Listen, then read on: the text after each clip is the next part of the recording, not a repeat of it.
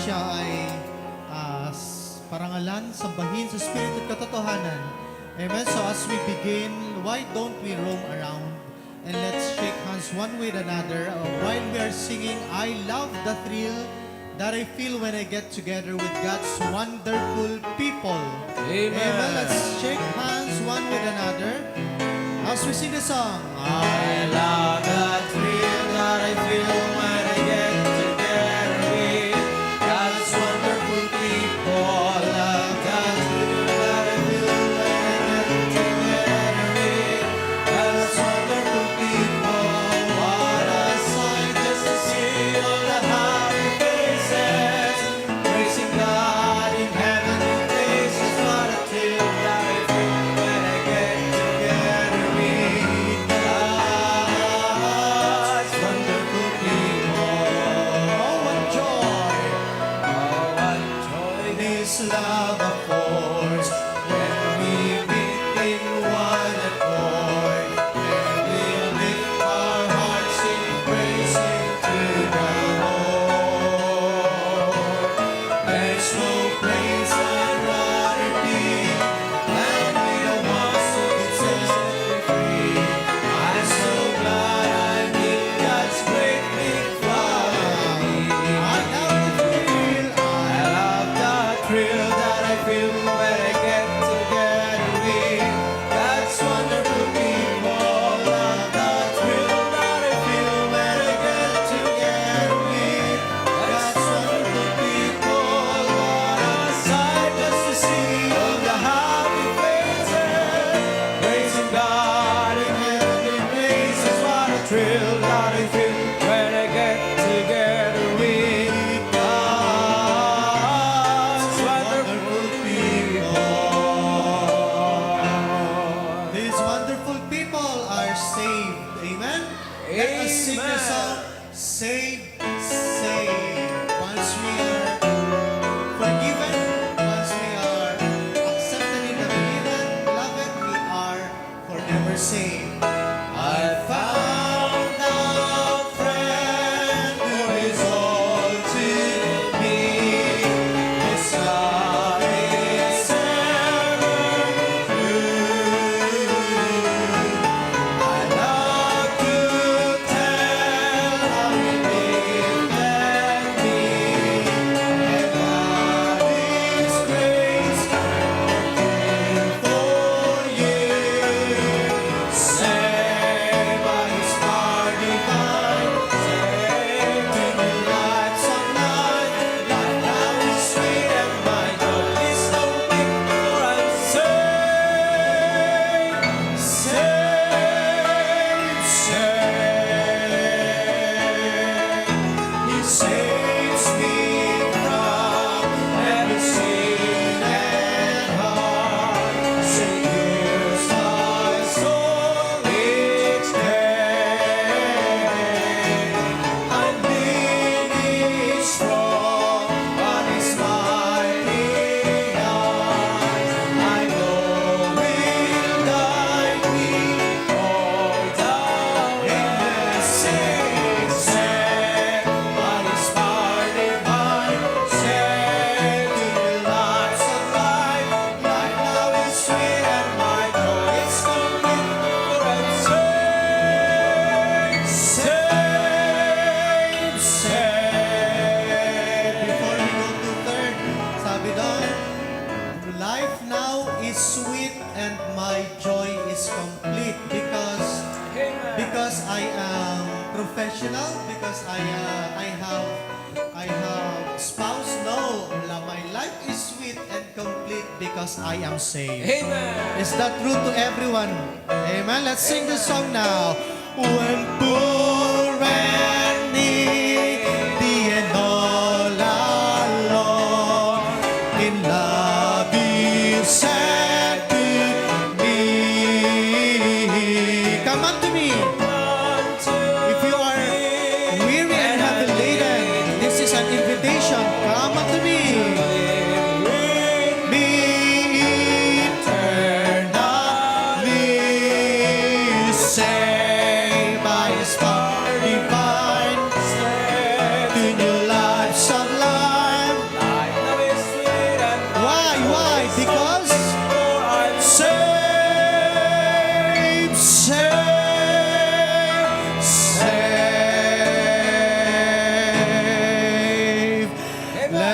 since I have been redeemed.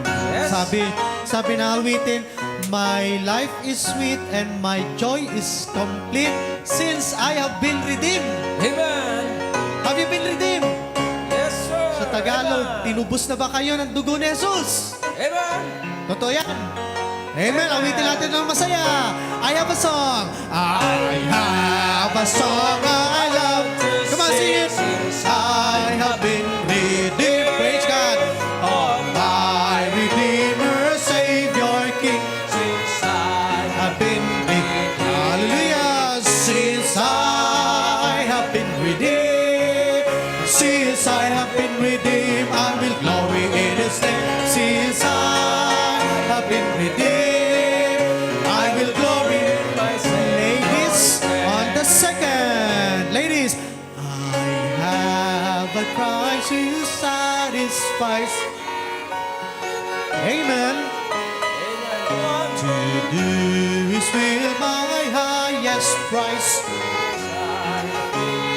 Everyone now, since I have been redeemed, since I have been redeemed, I will glory in His name. Since I have been redeemed, I will glory in my gentleman on the third with us now. I have a witness bright and clear. Hallelujah. Dispelling every doubt and fear. Lahat po ng ligtas since I have been redeemed. Since I have been redeemed, I will glory in His name. Since I have been redeemed, I will glory in my Savior's name. And one more song, another song, Redeemed, how I love to proclaim it. Amen. We love to proclaim na tayo ay ligtas, hindi natin ipagmamayabang ang kaligtasang ating ginawa. Amen. Kasi hindi naman talaga natin ginawa. Ang ipinagmamayabang or itinataas natin Yes. ang taong nagligtas sa atin. Amen. Ang Diyos, si Kristo Jesus lamang. Amen. Amen. Let's sing the song, Redeem, how I love to proclaim it.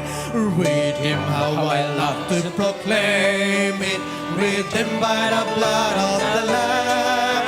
Redeemed through His infinite mercy. This time and forever I am. Redeemed, redeemed, redeemed by the blood of the Lamb. Redeemed, redeemed. His child and forever I am. Sabi dyan, no? Redeem with D means past tense or present participle tense. Ibig sabihin, nung tinanggap ko si Kristo, right now ako'y ligtas habang buhay. Amen. Amen? Redeem, hindi yung mariredeem pa lang ako, no? Pag malalaman ko pa lang kapag namatay ako, hindi, no? Ligtas ka na ngayon, tumanggap ka kay Kristo. Amen? Amen. Let's sing the second now. Redeem and so happy in Jesus, no language my rapture can tell.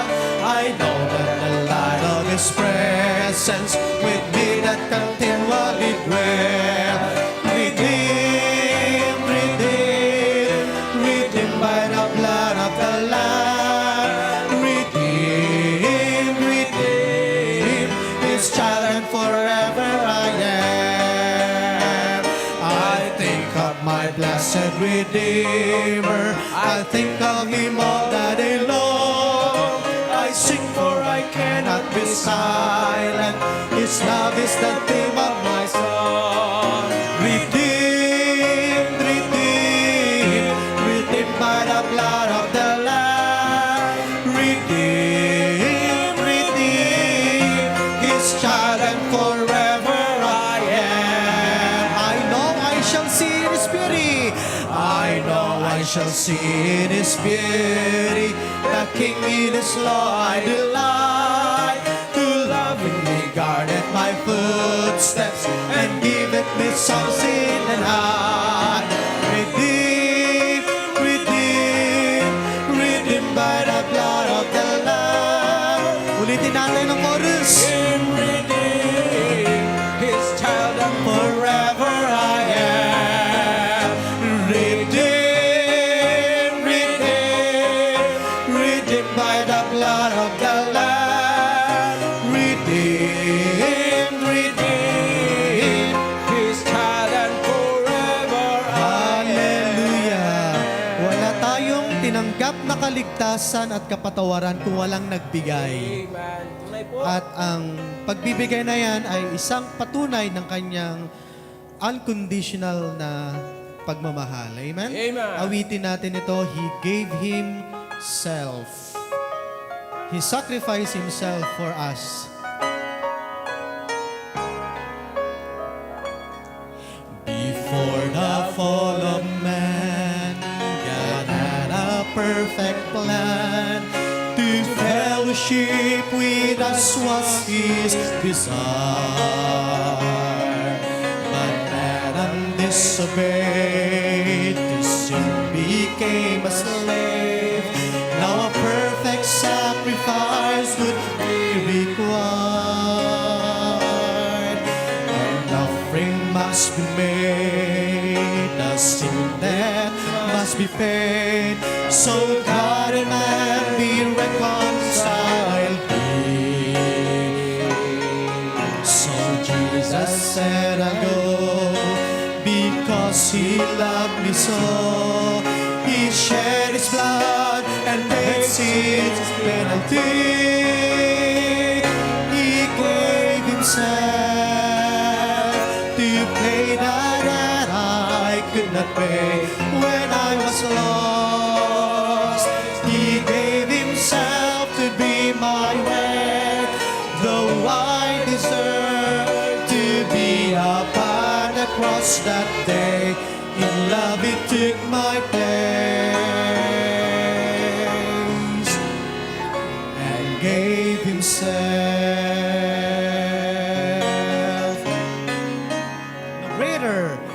No greater love is known, no greater love is shown than when one lays his life down for a friend. But Jesus died for me. Jesus died for me.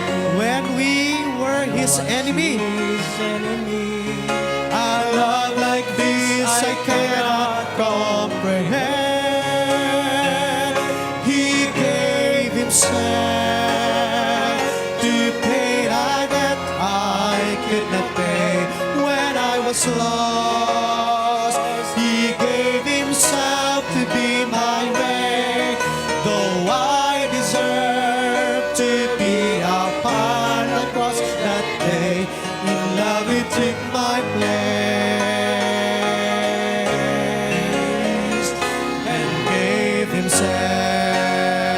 My nails were in His hands, my crown of thorns He wore, my stripes were on His back, my heavy cross He bore. And when God turned His back, He turned it on my way. Jesus won a victory that I could never win. He gave Himself to pay a debt I could not pay when I was lost. He gave Himself to be my way, though I deserve to be upon the cross that day. In love He took my place and gave Himself. In love He took my place and gave Himself. Praise the Lord for all these songs. Let's remain standing as we call on our beloved pastor to lead us in prayer. Maraming Diyos, salamat po ng marami sa napakadakilang katotohanan na merong nag-alay ng kanyang buhay sa amin at hindi karaniwang buhay ang nag-alay, nagmahal, nagpahalaga, tumubos sa amin mula sa alipin sa kasalanan at hatol ng kamatayan, ang dakilang Diyos na nagkatawang tao, ang anak ng Diyos na nanaog mula sa langit dito sa lupa para kami tubusin. Maraming salamat po sapagkat kaya mong talikuran ang hirap at dusa, sakit, kahihiyan, kadustaan, maging ang kahindik-hindik at kakilakilabot na kamatayan ng hatol ng Diyos para sa aming mga kasalanan. Ngunit hindi mo tinilikdan, kundi bagkus tinungo mo na may pagpapakababa at pagsunod sa kalooban ng Ama, upang sa gayon ang kagalakan na nasa iyong unahan, na ang mga kaluluwa ay magkaroon ng katubusan at ng kaligtasan, at kami po ay bunga ng iyong pag-aalay at paghahandog ng iyong sarili. Salamat po ng maraming Panginoon. Kami po ay sandali lamang dito sa lupa. Ang buhay po ay matatapos at sa ilang panahon lamang kami papanaw. Ngunit meron kaming walang hanggang inaasahan, merong higit na magandang kalangitan, merong higit na walang hanggan na kaligayahan, at sa piling mo kami po ay sasapit at doon po namin lalo pupurihin at dadakilain ang iyong pangalan. Habang kami po ay niloloob mo na narito sa lupa, inyo pong pinapahintulot na lalo kaming maglingkod, magpuri, at ang bawat bagay ay ginagawa namin para sa iyong ikaluluwalhati sa pangalan ng Panginoon, sa kapangyarihan ng iyong Espiritu at sa gabay ng iyong salita, at kasama ng mga kapatiran at ng mga nagmamahal sa iyo sa iba't ibang dako. Salamat po ng marami sa gawaing iniatang mo sa amin na pangdaigdigang pagmimisyon upang ipahayag ang napakadakilang mensahe at katotohanan ng inyong pagliligtas. Kaya't hindi po mauubos, hindi matatapos ang magandang balita. Ano man ang masamang balita dito sa lupa ay hindi kayang takpan ang magandang balita galing sa langit. Salamat po ng marami sa mga kapatid na narito sa araw na ito ng panambahan, hindi lamang dito po sa Christ Baptist Church sa Muntinlupa, kundi sa iba't ibang dako rin naman na nagsisitawag sa iyong pangalan. Kaya dalangin namin ang kaligtasan po ng marami, ang pagtibay po ng bawat isa na lalo ka naming mahalin sapagkat minahal mo kami ng walang katulad.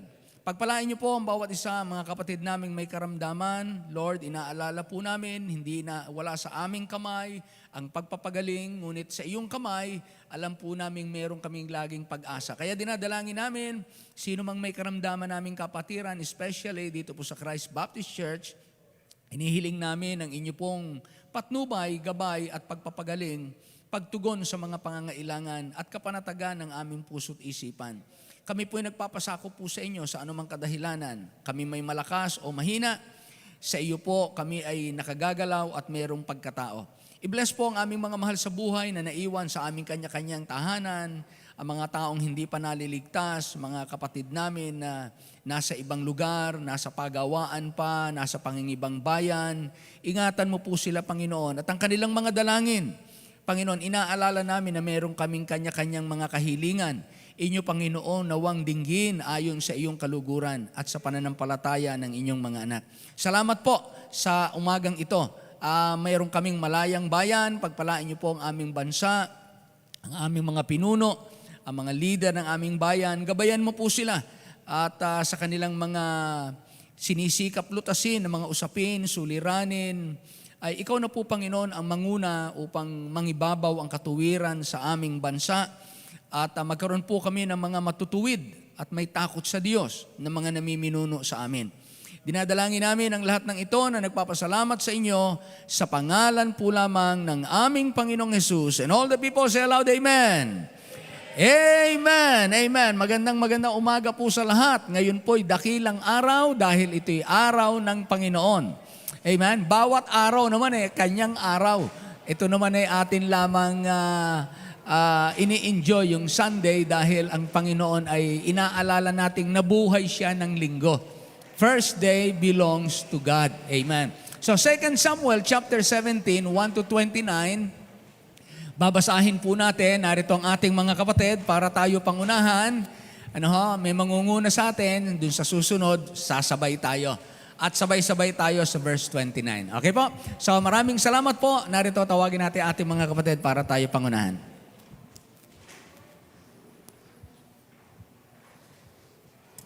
Magandang umaga po muli sa ating lahat. At tayo nga po lahat ay magbabasa ng salita ng Diyos sa 2 Samuel chapter 17 verses 1 to 29. Bukod dito ay sinabi ni Ahitofel kay Absalom, "Papipiliin mo ako ng 12,000 lalaki at ako'y titindig at aking hahabulin si David sa gabing ito." At ako'y darating sa kaniya samantalang siya'y pagod at may mahinang kamay. At akin siyang tatakutin at ang buong bayan na nasa kanya ay tatakas at ang hari lamang ang aking sasaktan. At aking ibabalik sa iyo ang buong bayan, ang lalaki na iyong inuusig ay parang kung ang lahat ay nagbabalik. Sa gayoy ang buong bayan ay mapapayapa. At ang sabi ay nakalugod na mabuti kay Absalom at sa lahat ng matanda sa Israel. Na magkagayoy, sinabi ni Absalom, "Tawagin mo naman ngayon si Husai na Arakita at atin dinggin ang kanyang sasabihin." At nang dumating si Husai kay Absalom, ay sinalita ni Absalom sa kaniya na sinasabi, "Nagsalita si Ahitofel ng ganitong paraan. Atin bang gagawin ang ayon sa kanyang sabi? Kung hindi, magsalita ka." At sinabi ni Husai kay Absalom, "Ang payo na binigay ni Ahitofel ngayon ay hindi mabuti." Sinabi ni Husay, "Bukod rito, iyong kilala ang iyong ama at ang kanyang mga lalaki, na sila'y makapangyarihang lalaki, at sila'y nagngingit-ngit sa kanilang mga pag-iisip na gaya ng isang uso na ninakawan sa parang ng kanyang mga anak. At ang iyong ama ay lalaking mangdidigma at hindi tatahan na kasama ng bayan." Narito, siya ay nagkukubli ngayon sa isang hukay o sa ibang dako at mangyayari na pagka ang ilan sa kanila ay nabuwal sa pasimula, sino mang makarinig ay nagsasabi, may patayan sa bayang sumusunod kay Absalom. At pati ng matapang na ang puso ay gaya ng puso ng leon, ay lubos na manglulupaypay, sapagkat kilala ng buong Israel na ang iyong ama ay makapangyarihang lalaki, at sila na nasa kanya ay matatapang na lalaki.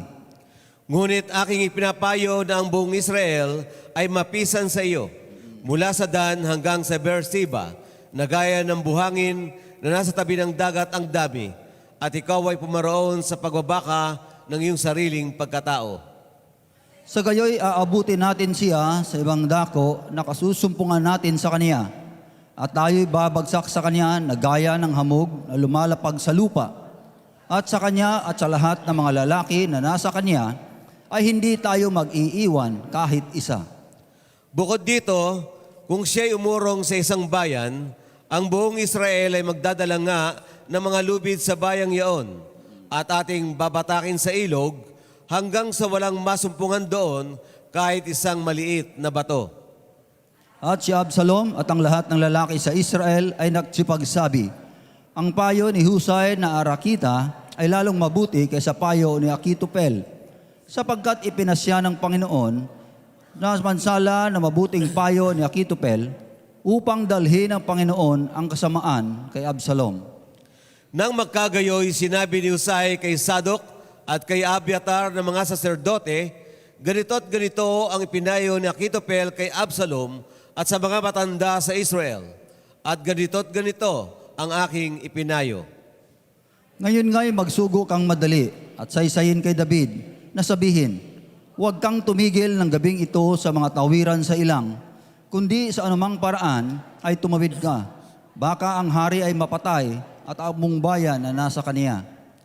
Si Jonathan at si Ahimaas nga ay nagsitigil sa tabi ng Enrogel at isang alilang babae ang pinaroon at pinagsaysay sa kanila at sila'y nagsiparoon at isinaysay sa haring kay David sapagkat sila'y hindi mapakitang pumasok sa bayan. Ngunit nakita sila ng isang bata at isinaysay kay Absalom. At sila'y kapwa lumabas na nagmadali. At sila'y nagsiparoon sa bahay ng isang lalaki sa Bohorim na may isang balon sa kanyang looban at sila'y nagsilusong doon. At ang babae ay kumuha ng isang panakip at inilatag sa bunganga ng balon. at nilagyan ng mga trigo na giniik at walang bagay na naalaman. At ang mga bataan ni Absalom ay nagsidating sa babae sa bahay at kanilang sinabi, saan nandoon si Ahimaas at si Jonathan? At sinabi ng babae sa kanila, sila ay tumawid sa batis ng tubig at nang kanilang mahanap at hindi nila masumpungan, ay bumalik sila sa Jerusalem. At nangyari, pagkatapos na sila'y makaalis, na sila'y nagsilabas sa balon at nagsiyaon at sinaysay sa haring kay David, at kanilang sinabi kay David, kayo'y magsibangon at magsitawid na madali sa tubig, sapagkat ganito ang ipinayo ni Akitopel laban sa inyo. Nang magkagayoy, nagsibangon si David at ang buong bayan na kasama niya, at sila'y tumawid sa Hordan. Sa pagbubukang liwayway, walang naiwan kahit isa sa kanila na hindi tumawid sa Hordan. At nang makita ni Akitopel na ang kanyang payo ay hindi sinunod, kaniyang siniyahan ang kaniyang asno at bumangon at umuwi siya sa bahay sa kanyang bayan at kanyang inayos ang kanyang bahay at nagbikti. At siya'y namatay at nalibing sa libingan ng kanyang ama. Nang magkagayoy, naparoon si David sa Mahanaim at si Absalom ay tumawid sa Hordan. Siya at ang lahat na lalaki ng Israel na kasama niya. At inilagay ni Absalom si Amasa sa ukbo na kahalili ni Joab. Si Amasa nga ay anak ng isang lalaki na ang pangalan ay Itra, na Israelita na sumiping kay Abigail na anak na babae ni Naas, na kapatid ni Sarbia na ina ni Joab. At ang Israel at si Absalom ay nagsihantong sa lupain ng Galaad. At nangyari, nang si David ay dumating sa Mahanaim, na si Sobi na anak ni Naas na taga Raba sa mga anak ni Amon, at si Makir na anak ni Amiel na taga Lodebar, at si Barzillai na Galadaita na taga Rohelim. Ay nangagdala ng mga higaan at ang mga mangkok at ang mga sisidlang lupa at trigo at sibada at harina at butil na sinangag at habas at lentehas at pagkain na sinangag. Sabay-sabay po tayong lahat, at At pulot-pukyutan, at mantikilya, at mga tupa, at keso ng baka para kay David, at sa bayan na kasama niya, upang kanin, sapagkat kanilang sinabi, ang bayan ay gutom, at pagod, at uhaw sa ilang. Maraming salamat po muli sa pagbabasa ng salita ng ating Panginoon. Makakaupo na po tayong lahat.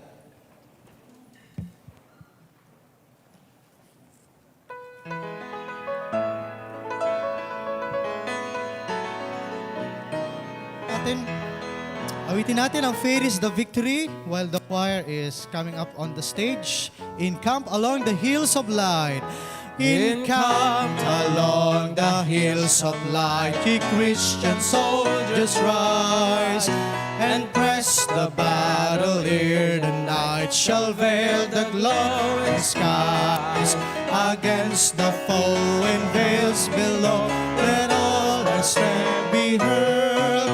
Faith is the victory we know that overcomes the world.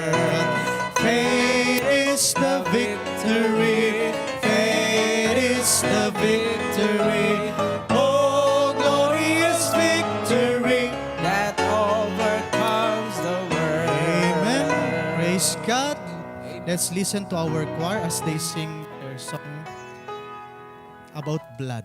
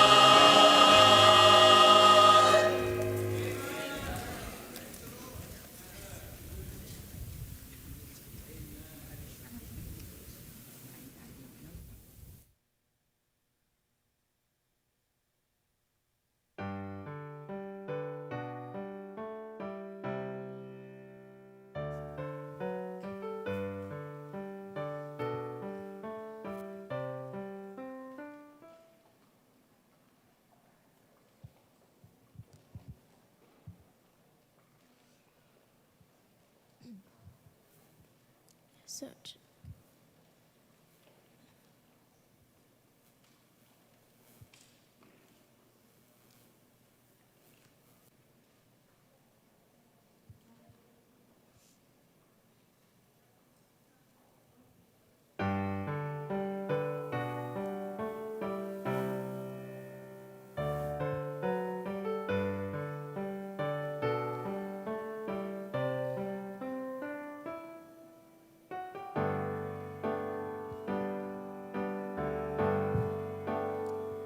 When no one sees the things you've done for Christ, when no one recognizes your sacrifice, yet still on Him you fixed your eyes.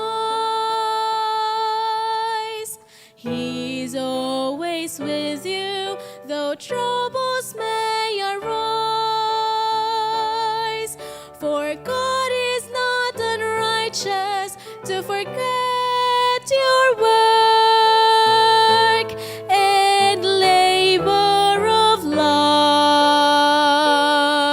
He knows your every struggle. He fills you with His love. He is our faithful God.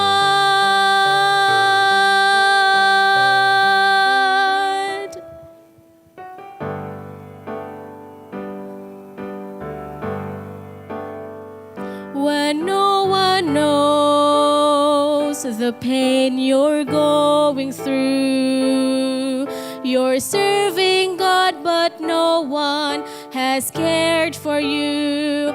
Don't be discouraged, He's there for you.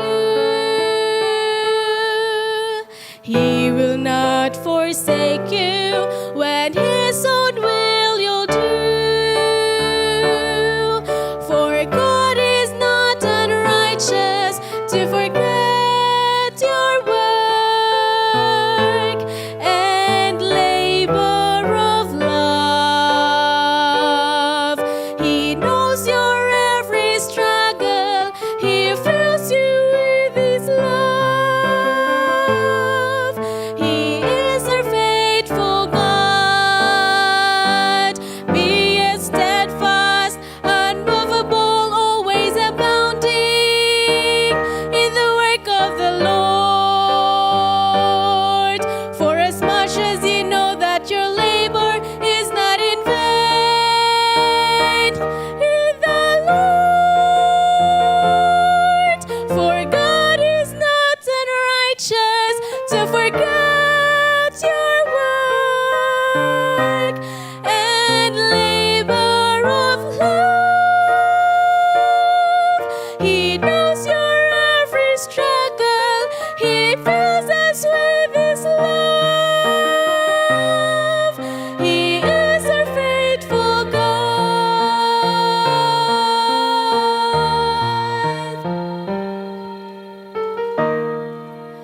He's our God.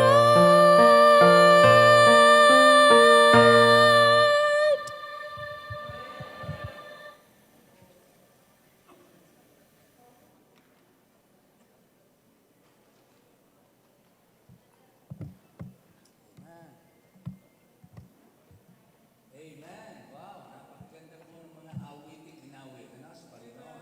Hindi natin mabibili yung awa. Hindi natin mabibili yung biyaya. At alam niya ang ating mga pinagdadaanan sa buhay.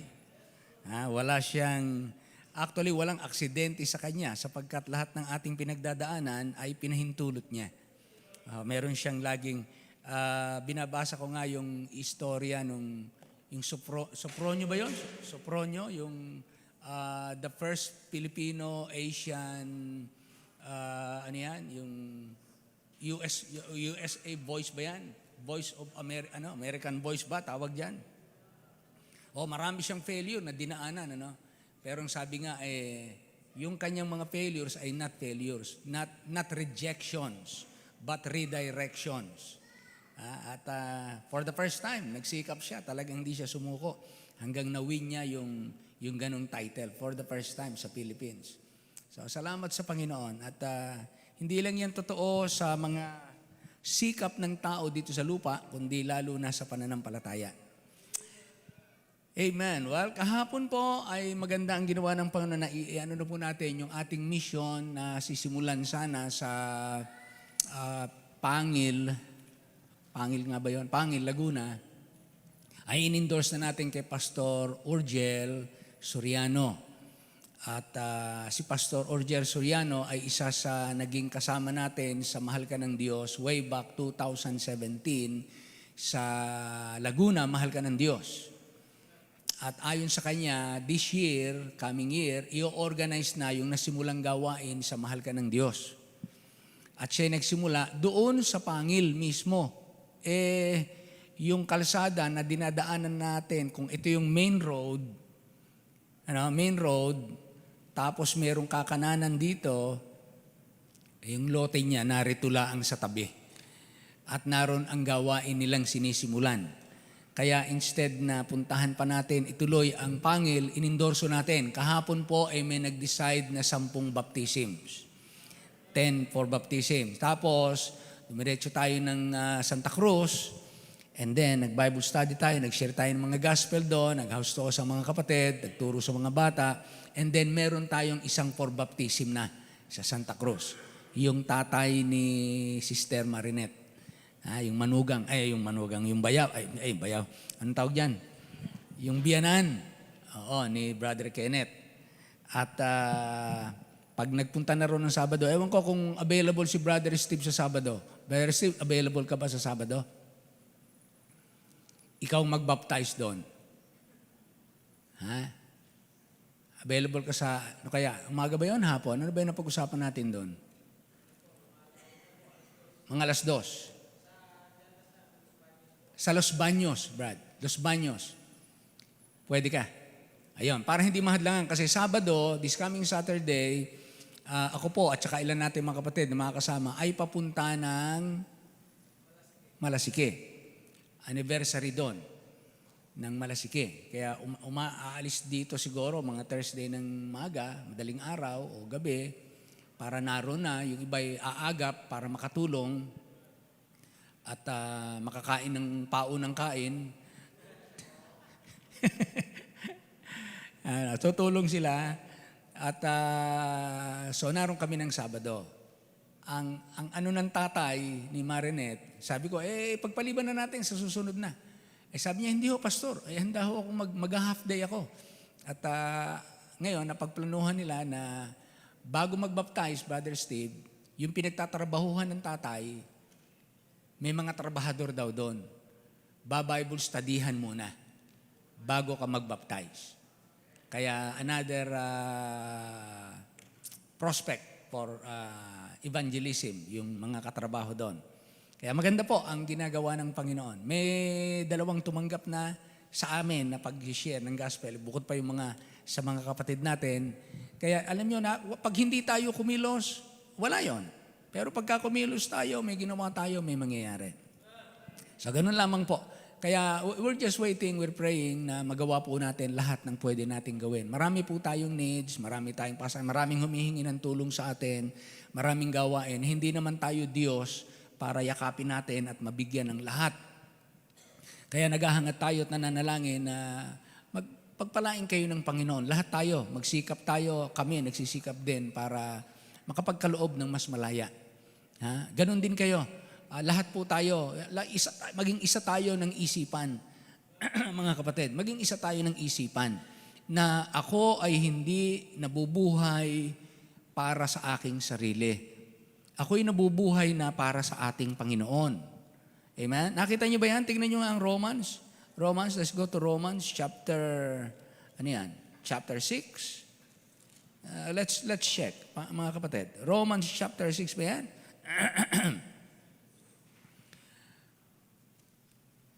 Asan yan? Pakituwangan nyo nga ako, hanapin natin. Yung hindi na tayo nabubuhay para sa ating sarili. It's either chapter 6 or chapter 7 na hindi na tayo nabubuhay, hindi siya namatay para mabuhay na tayo para sa Kanya. Saan yan?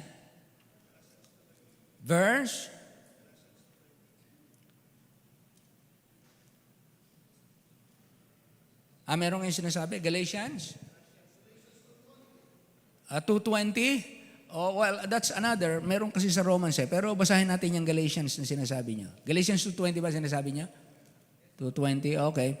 Pero meron din yan sa Romans Okay. Sabi rito, 20, I am crucified with Christ, nevertheless I live, yet not I, but Christ liveth in me, and the life which I now live in the flesh, I live by the faith of the Son of God, who loved me and gave Himself for me.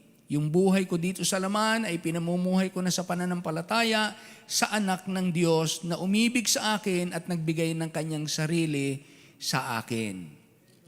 Amen? So, napakaganda, di ba? Sa chapter 6, tingnan natin.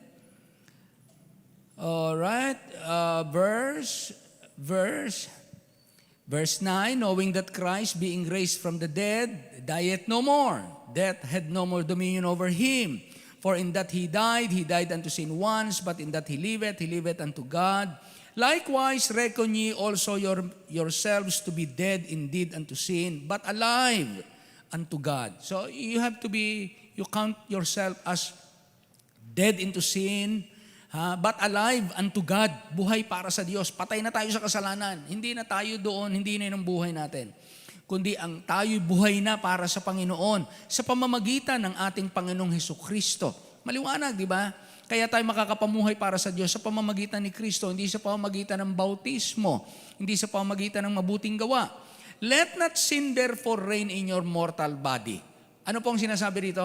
Hindi sinasabing, let there not be sin in your mortal body. Hindi po.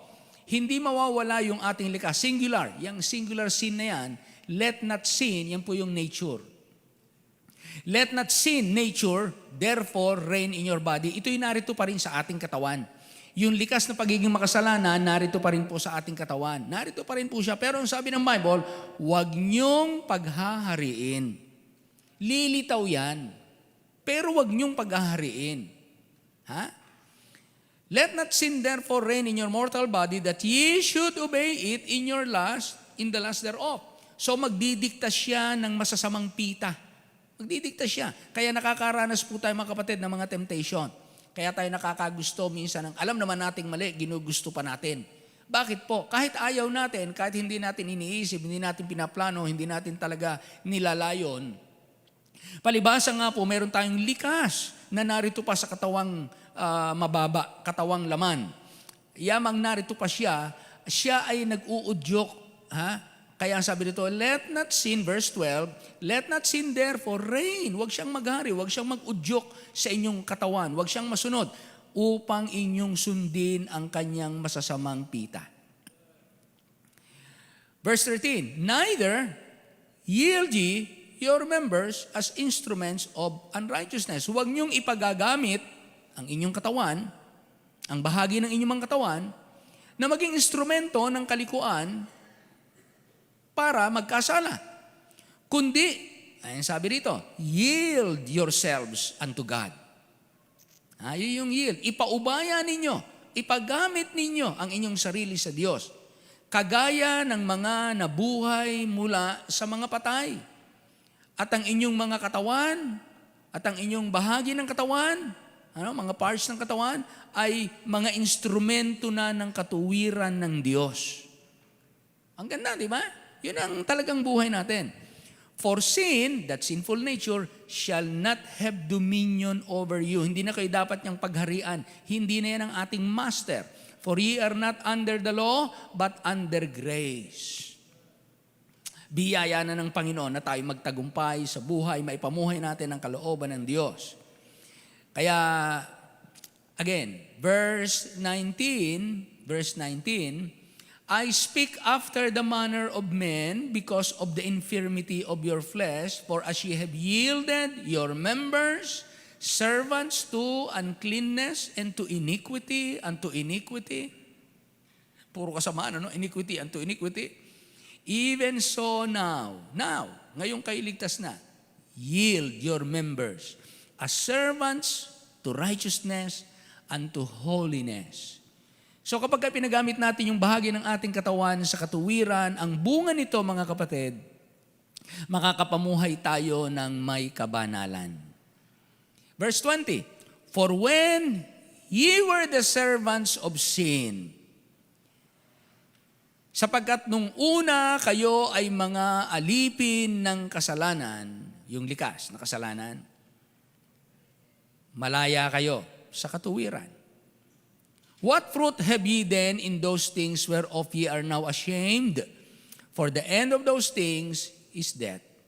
But now, being made free from sin, dati wala tayong pakialam sa katuwiran ng Diyos, selfish tayo, self-centered tayo.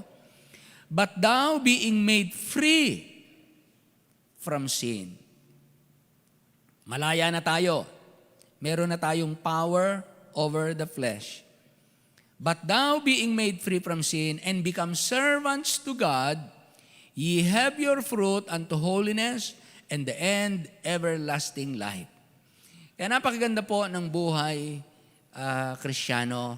Tayo lamang po mga kapatid, huwag kayong magtataka sa inyong sarili. Let us recognize that still we are in the flesh. Kaya kung makita nyo ang inyong kapwa na nagkakamali, nabubuhay sa laman, hold your tongue. Don't judge. Pigilin na tayo humatol sa iba. Pigilin na tayo pumula, mamintas sa iba. Why? Because God is not yet finished. Sila'y lumalago pa rin tayo. Kaya ang gawin natin, magpanalanginan, magunawaan, magpatawaran, magpalakasan, magtulungan, magmahalan. Di ba? Yun ang dapat, yun ang command sa atin. Magkaisa kayo, dahil nagkakauntindihan tayo, dahil ipinaunawa na sa atin ang salita ng Diyos. Kahapon may kausap ako, may binulong sa akin yung pastor, sabi niya, mag-ingat ka, at may binanggit siyang pangalan sa akin. Sabi ko, bakit? At sinabi niya sa akin kung anong reason, kung bakit. Kilala ko siya, kilala niyo siya, pero hindi ko alam ang nangyayari sa kanya. Pero, ang kailangan natin manalangin, mga kapatid, sapagkat tayo man pareho ng kulay ng dugo na nananalaytay sa kanila. Amen? Ang pagbutihin natin, paano tayo hindi mahuhulog, paano tayo hindi lilihis, at hindi tayo makasama sa listahan na mga hindi na nakatapos ng maganda dahil nauwi sa kahihiyan ang buhay nila. Yun po ang ingatan natin. Pare-pareho po tayo. Wala pong malakas sa atin kahit isa. Wala. Hanggang sa pagtanda, kahit matatanda na, kahit sa pagtanda, kita nyo naman si David, kita nyo naman si Solomon, parehong hari, parehong malapit sa Diyos, parehong kinakausap ng Diyos. Pero sa bandang huli ng kanilang buhay, dun po lumihis. King Uzziah, ganun din. 52 years na nagtapat, naglingkod. On the 52nd year, at saka pa lumihis, naging ketongin, dun pa napalo ng Diyos. Naalala niyo si Moses, for how many years? Pinangunahan niya ang Israel. For 40 years. Pero sa isang, yung napundi si Moses, naubusan ng pasensya, hinampas yung bato ng 2 beses. Diba? Sabi ng Panginoon, Moses, not good. Hindi maganda. Hindi mo ako pinarangalan sa harap ng mga tao. Hindi ka papasok sa lupang pangako. Halika, dito ka sa taas ng bundok. Tanawin mo na lang.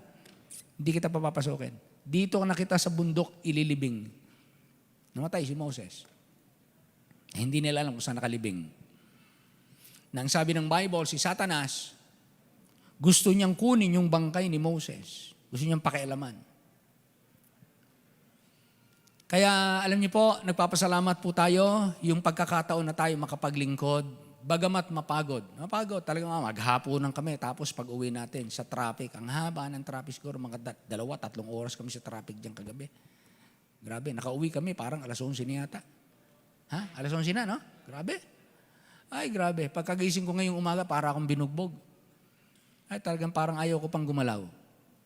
Pero salamat, nakakagalaw pa.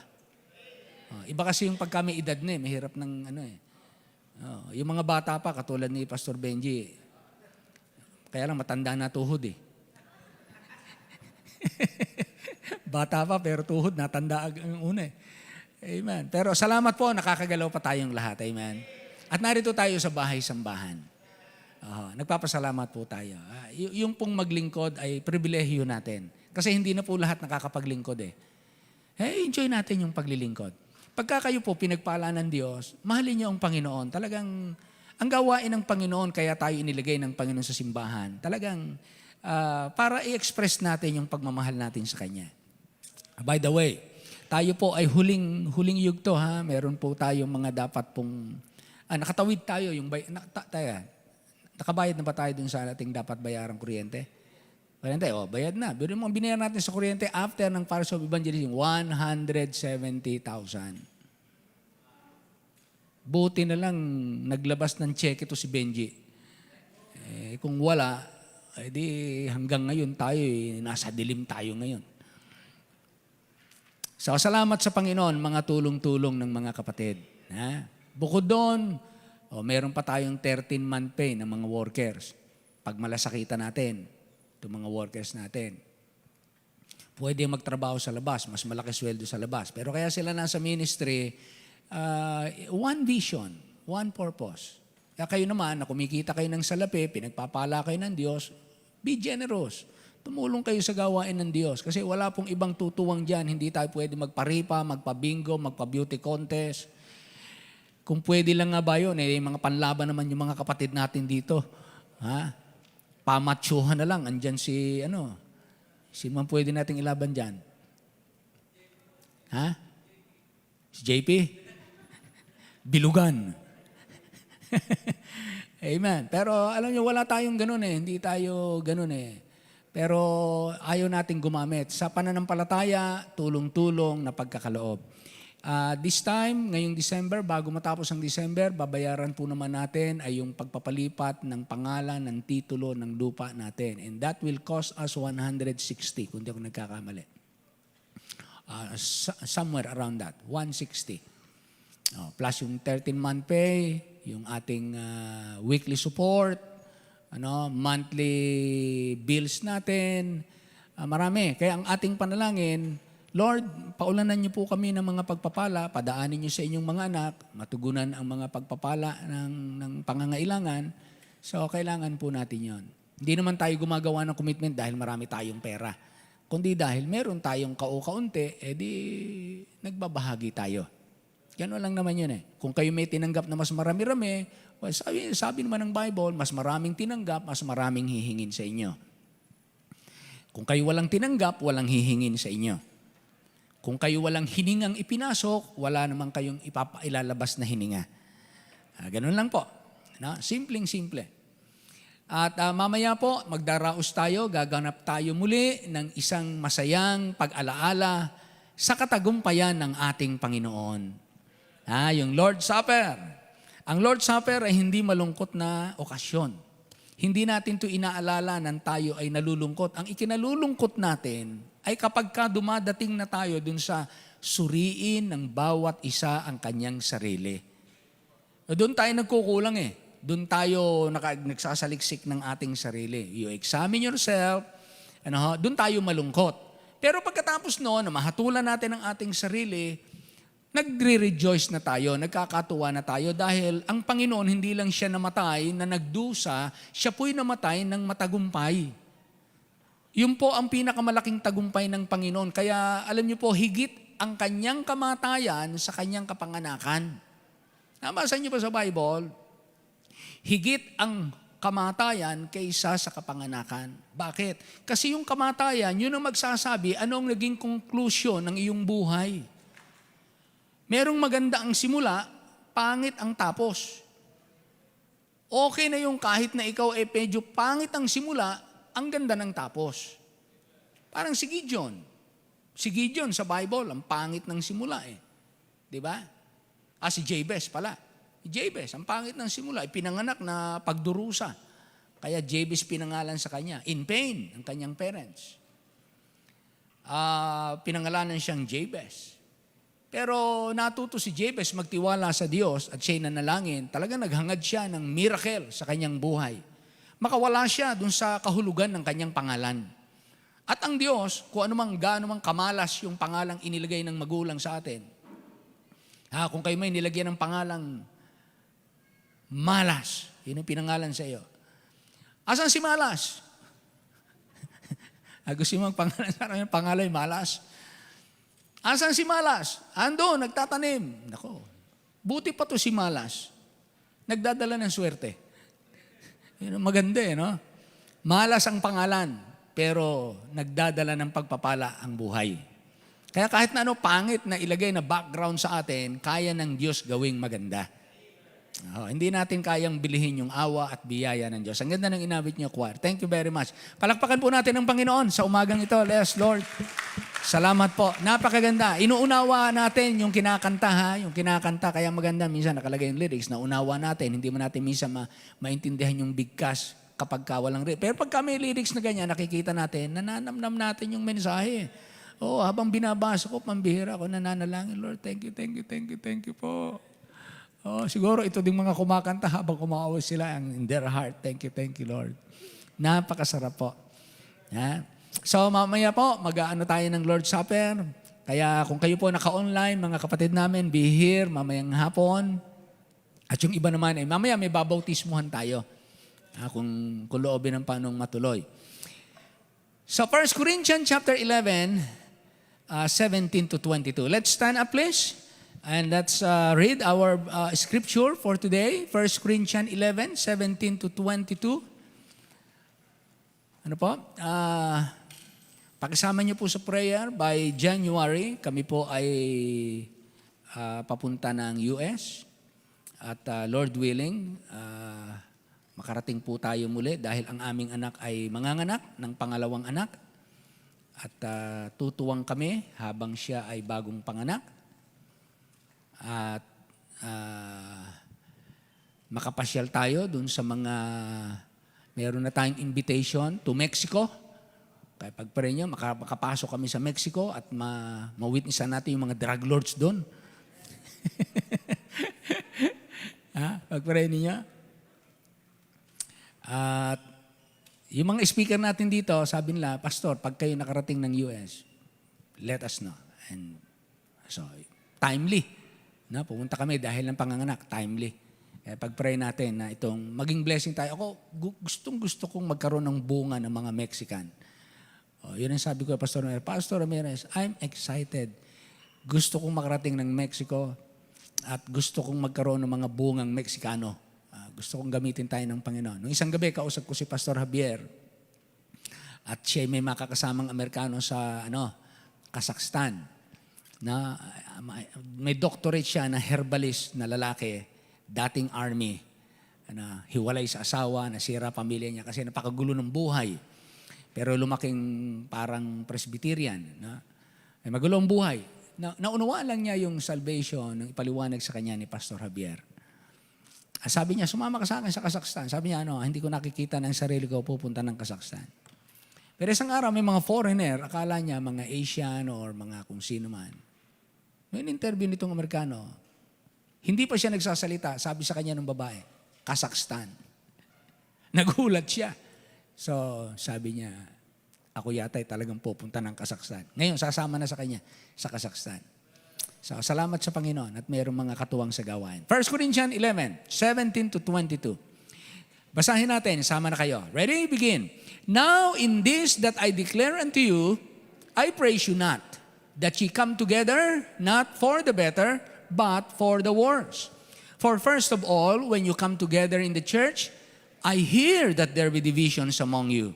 And I partly believe it, for there must be also heresies among you, that they which are approved may be made manifest among you. When you come together, therefore, into one place, this is not to eat the Lord's Supper.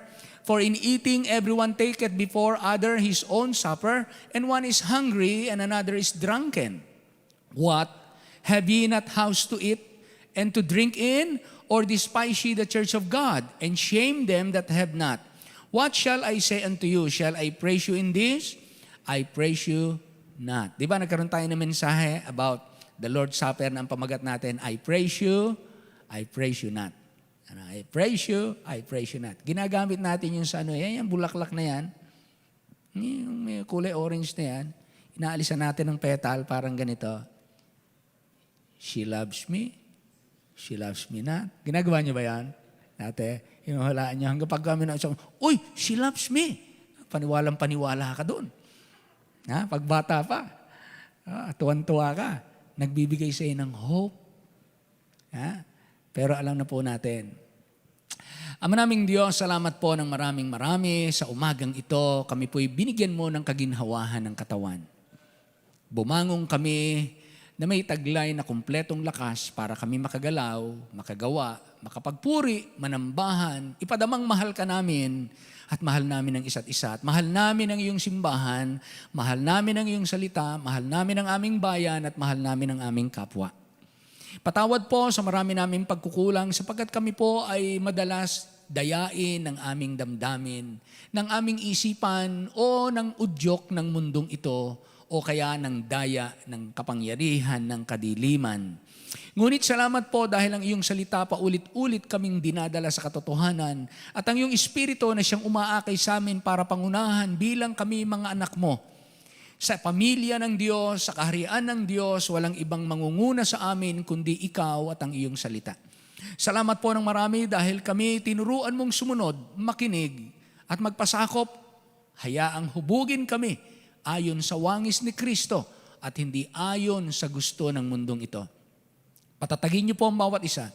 Inaalala namin ang aming mga kapatid na wala po dito, Lord, how we wish and how we pray that we are together. Kagaya po ng pagdating ng rapture, sabay-sabay kami walang maiiwan. At nawa po dumating ang araw na bawat isa po sa amin, meron kaming ganung katalagahan ng aming sarili, na ang panambahan ay hindi pinag-iisipan kung aming gagampanan, kundi ang panambahan ay talagang kagaya na ng pagkain na hindi namin dapat pabayaan sapagkat ito'y bahagi ng aming buhay. I-bless mo po, Panginoon, ang bawat isa. Tulungan niyo po kami sa pag-aaral ninyong salita. Akayin po kami ng Espiritu. Wala pong kwenta ang aking isinulat. Walang kwenta ang aming outline kung labas ito sa iyong kalooban. Kaya gabayan niyo po kami. Ang masunod ay ikaw. Hindi po ang outline, hindi po ang iyong lingkod, kundi ang iyong Espiritu sa aming buhay. Maraming salamat po. Hiling namin ang lahat ng ito na nagpapasalamat sa pangalan lamang ng aming Panginoong Hesus. Amen. Amen. Amen. Amen. One night, madaling araw, nagising po ako. At wala akong nasa isip kundi yung prodigal son. And I read my Bible, binuksan ko ulit yung aking, dahil patay ang aming ilaw, binuksan ko ulit ito. I read my Bible sa aking cellphone.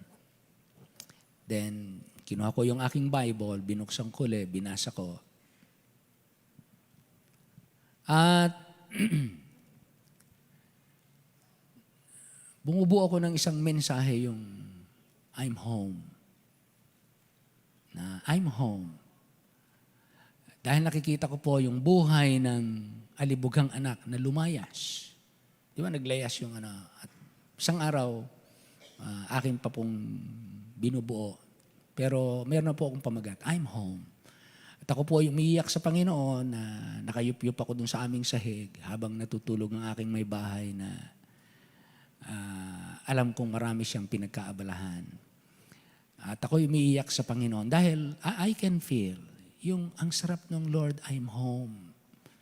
Ano ba yung sabihin ng I'm home? Habang tinitingnan ko po yung prodigal son, ano ba yung meron sa bahay ng kanyang ama na nawala sa atin? So, ibig sabihin, ang prodigal son, hindi lamang po yung umalis sa simbahan, hindi lang yung hindi nagsisimba. Ha? Bagamat yun yung manifestation ng prodigality, alibughang anak. Pero napakasarap po na habang tinitingnan ko yung tagpo na masabi ng anak, I'm home at last. Tayo naman, nasa Panginoon tayo, pero habang tinitingnan ko sa sarili ko, Lord, meron bang bahagi ng buhay ko na lumayo ako sa iyo, pinabayaan ko, let's say, yung aking buhay pananalangin ba, yung aking bang buhay pananalangin ay kagaya nung init ng aking buhay pananalangin nung una? I'm examining myself. Ha? Yung bang init, haba, yaman ng aking pananalangin nung una ay ganun pa rin ngayon? Andun pa rin ba ako? Nai-enjoy ko pa ba yung time? Am I giving you enough time to pray? May ganun ba kayong karanasan na ganun ba ang kalagayan nyo ngayon na ang buhay panalangin ninyo, yung bang talagang kausap nyo siya, real siya, talagang nakikipag-usap ka sa Kanya, talagang hinahanap mo yung kalooban niya, nagmamakaawa ka sa Kanya, nagpapasalamat ka sa Kanya. Feel mo na talagang ikaw ay minahal niya, pinaglaban niya, tinulungan niya, at kung ano-ano pa. At sa panalangin mo yun, tumatagal ng tumatagal. Hindi ka maubusan ng sasabihin. Ha? Hindi ka maubusan ng pasasalamat. Hindi ka maubusan ng hihingi ng tawad. Hindi ka maubusan ng mga idea kung paano ang hihingin mo sa Panginoon para sa Kanyang kalwalhatian. Yung bang pahaba ng pahaba hanggang abutin ka ng sikat ng araw sa pananalangin. Lord, ako ba'y lumayo sa iyo? At nung madaling araw na yon ay sabi ko, Lord, I'm home. I'm home. Gusto ko pong muling maranasan at gusto ko pong ipagpatuloy yung dating buhay, yung pananalangin. Dahil kapag wala po yun sa atin, mga kapatid, minsan ang pagsisimba para na lamang schedule. Para ka lang punta ka ng palengke, naka-schedule ka, ganito ka muna, punta ka ng palengke. Pagka nakuha mo nito, uwi ka na, wala ka nang pakialam doon sa palengke. Nakuha mo na yung gusto mo sa palengke. Hindi mo niisip ko nung iunlad ng palengke, wala kang pakialam kung sino yung mga tao sa palengke, hindi ka interesado at hindi ka concerned sa kung ano ang kinabukasan ng palengke. Basta nakuha mo na yung gusto mo sa palengke, pagka nakuha mo na lahat ng gusto mo, uwi ka na, concern ka na sa iyong sarili. At minsan sa Diyos, ganon. Para lang tayong namamalengke. May mga taong para lang namamalengke sa langit. Lalapit sa Diyos, sasabihin niya ang kanyang mga pangangailangan, ipapalista sa Diyos, Panginoon, itong mga gusto ko, ipadala mo sa akin ito mga order ko. Wag mo akong padalahan ng sakit, ipadala mo ganito, padala mo sa akin. Ang dami nating request sa Diyos. At minsan, naghahanap ang Diyos. Lahat ng sinabi mo para puro sa iyo. Lahat ng hiningi mo, puro kailangan mo. Lahat ng hiningi mo, yung mga gusto mo. Wala kang sinabi na tungkol para sa akin. Parang yung ikakasal, naalala ko noon meron akong ikinasal na yung babae, lahat ng sinabi na paghahanda ay puro paghahanda para sa kanyang sarili. Kompleto na siya ng ganito, may ganito, kailangan ko pa ng ganito, puro sa kanyang sarili. Sabi ko, yung bang mapapangasawa mong lalaki, may sapatos na? Walang nasa isip yung babae kundi yung para siya maging maganda. Hindi niya naisip na yung kanya palang magiging asawa, dapat din pala pag-isipan niya para maging maayos. Minsan ganun po ang tao, nakakalimot.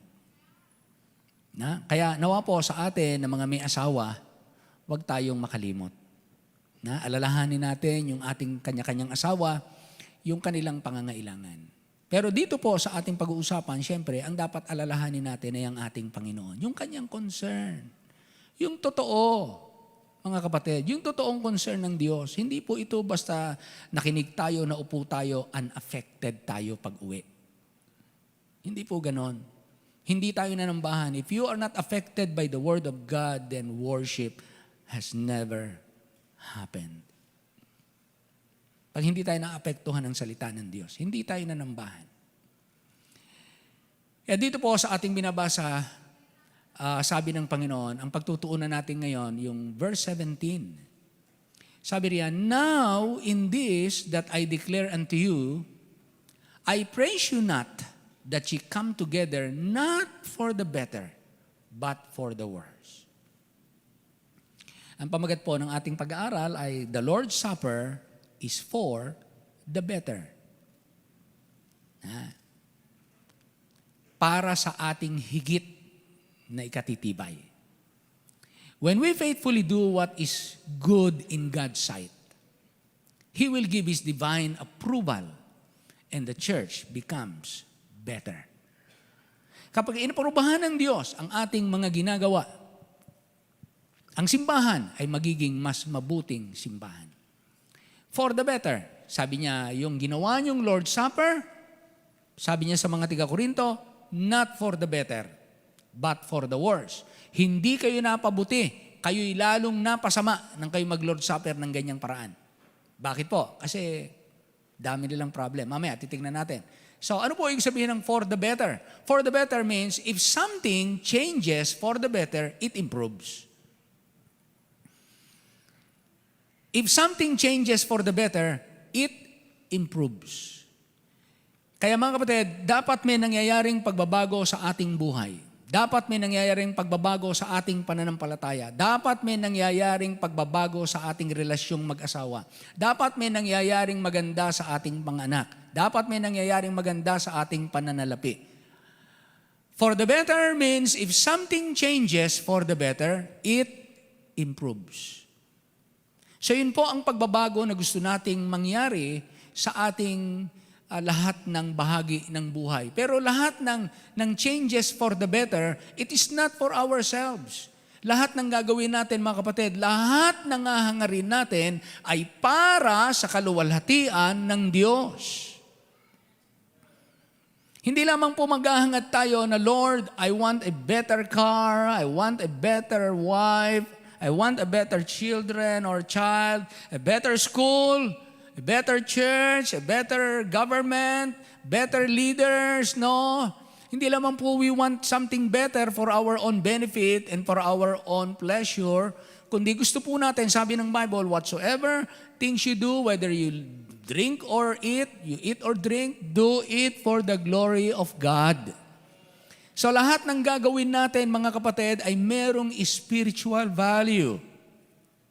At lahat ng yan ay iniaalay natin sa ating Panginoon, pati ang ating paglalakad, ang ating pagbabiyahe, ang ating pagpapahinga, ang ating pagtitiis, ang ating pagtsatsaga, ang ating pagbubunyi. Lahat ng yan ay para sa Panginoon. Gusto nating maging tama at malugod siya at mataas siya. So if something changes for the better, it improves. Pag sinabing for the better, it means of a more excellent or more effective type or quality. Yan ba ibig sabihin ng for the better? Also, for the better means partly or fully recovered from illness, injury, or mental stress. So pag sinabi natin for the better, kumusta na yung ating pasyente? Kumusta ka na? Sabi ng doktor. Dok, kumusta na po yung kalagayan ko? Ano po resulta ng aking mga laboratory test? Kumusta na po siya ngayon? Well, the result is better. Ang blood sugar mo, mas okay. Ang creatinine mo, mas okay. Ang blood count mo, okay. Kesa nung una. Ang x-ray mo, okay. Lahat. For the better. Except. Minsan, gano'n, no? Inaabangan natin, ano po yung except, Doc? Meron dito sa x-ray mo na hindi natin malaman. Aalamin pa natin kung ano mangyayari. Kung ano ba ito? Parang may nakapasok na daga sa iyong bituka. So, alamin, partly or fully recovered from illness. Yun ang magandang balita, di ba? Pagka bumubuti, sabi natin, yes, salamat. Ituloy lang natin. Ituloy lang natin kasi bumubuti nakakabuti. For the better means improve on or surpass an existing or previous level or achievement. Pag sinabi natin for the better, ibig sabihin, nalampasan mo yung nagdaang antas o nagawa, nalampasan mo. And that is for the better. Yung ating mga buhok, nagiging better ba or worse? Dumadami ba o umuunti? In relationship, it is growing sweeter and stronger.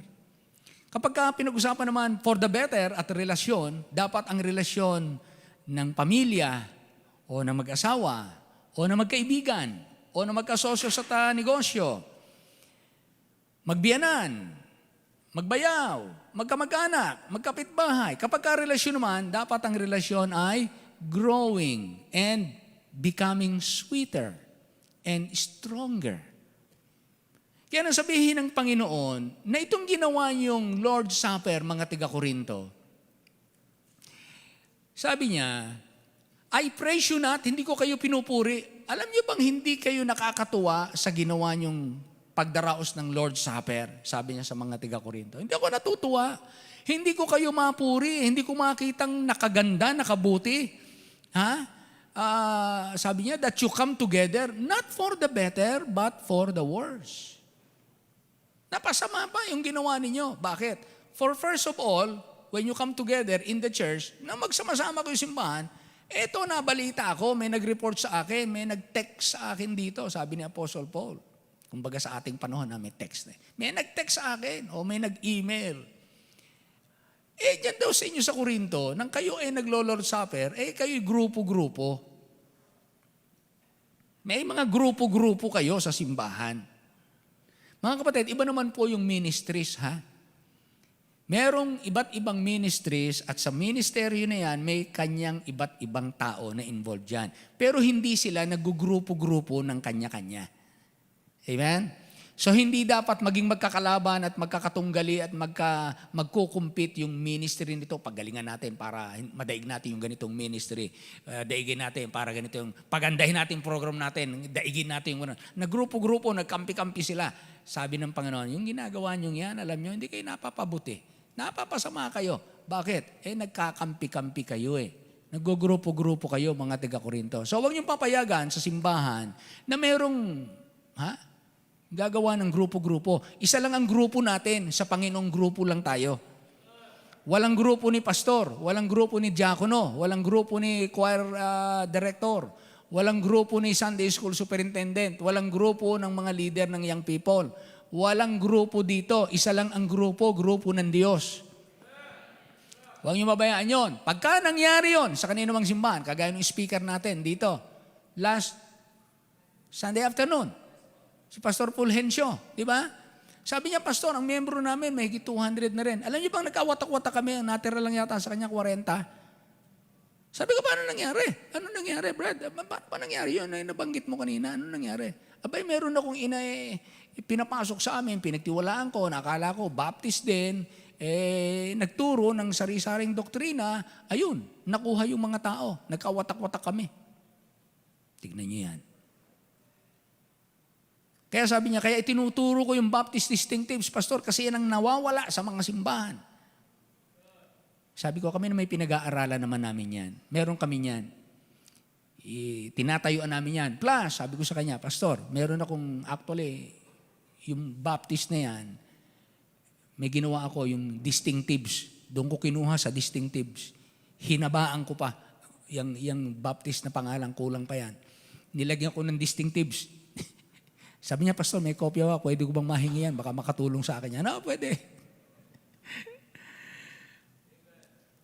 Totoo naman po yun Alam niyo ba na ang fundamentalism, pinagkaisahan nila later on, mga Baptist at saka mga Presbyterian, nagkaisa sila. Dati, 21 doctrines. Dapat pare-pareho tayo dito. Ito, paglalatayuan natin ito, matibay tayo dito. Aba, hindi sila magkasundo. Inuntian, ginawang 12. Ay, meron pa rin pinagtatalunan dun sa 12 na yun, hanggang nauwi sa, kung hindi 6, 5. Ito ang mga fundamentals of faith. Doon sila nagkaisa sa 5. Hindi ganoon ang fundamentalism. We believe na pagka sinabi natin fundamentals of faith, clear teachings of the Bible. Clear teachings of Christ and clear commandments of Christ. Yan ang fundamental sa ating faith. Hindi lamang po doctrine. Kaya maraming nagtalo-talo tapos nag-away-away kasi nga po, doctrine lang pinagtatalunan. Dapat kasama yung commandments. Dapat kasama yung commandments sa fundamentals of faith. Dapat susundin natin yon. Hindi yung gagaling natin, ang buhay naman natin, kita ng mga tao, hindi magagandang example. Sino maniniwala sa atin na tayo ngay mga Kristiyanong totoo? Di ba?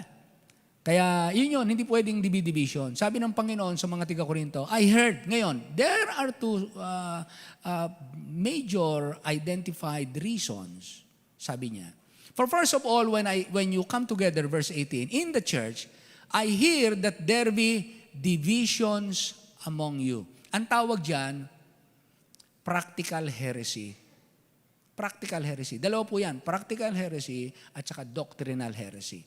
Ang practical heresy, yung division ng mga tao. Kanya-kanya grupo. Practical heresy. Ito naman pong nasa 19, for there must also be heresies among you. Ang tawag naman dito, yung heresis sa Griego, ibig sabihin po, ito yung mga paglihis sa pananampalataya. Lihis na aral. So ibig sabihin, may nangyari sa mga taga-Korinto na lihis na aral na naging dahilan bakit sila nagkahati-hati. Yun, nagkaroon sila ng magkakaibang tinanggap na aral at ang bunga nito, sa kanilang buhay, naghiwa-hiwalay sila.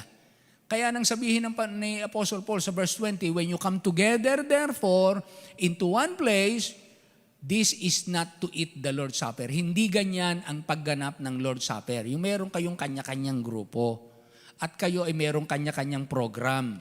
May kanya-kanya kayong gusto. Hindi po ganyan ang Lord's Supper. Kaya sabi niya, ano sasabihin ko sa inyo? Pupurihin ko ba kayo? Hindi ko kayo pinupuri. Yan ang sabi niya sa verse 22. At sa marami pong simbahan, ayaw po nating mangyari na ganito ang mangyari. Nangyari na ito para sa ating ikatututo, kaya matuto po tayo. When we faithfully do what is in God's sight, then He will give His divine approval and the church becomes better. Ngayon sabi niya, yung ginawa niyong Lord's Supper is not for the better, but for the worse. Worse. What do you mean by worse?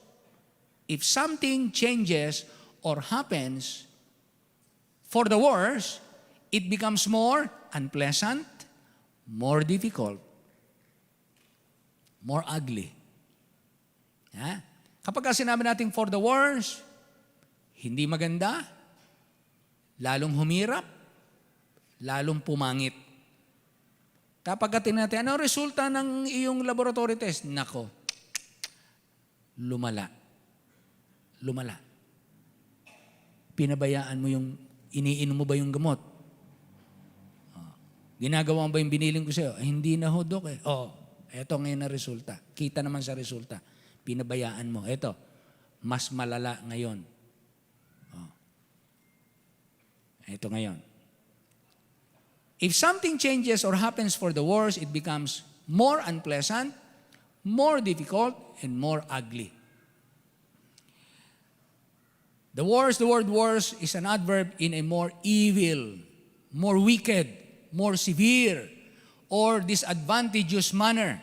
Pagka sinabing for the worse, ibig sabihin mas naging masama, moral to ha, moral. Naging mas masama, naging mas makasalanan, marumi, naging mas matindi, at naging mas hindi ka nais-nais ang resulta. For the worse also means in less condition, in less good condition. Ito yung mabuti, mababa sa mabuti. Yun yung ibig sabihin ng worse. At pagkatungkol sa kalusugan, for the worse means in poorer health, bumagsak ang iyong kalusugan. Kaya ang simbahan sa Korinto,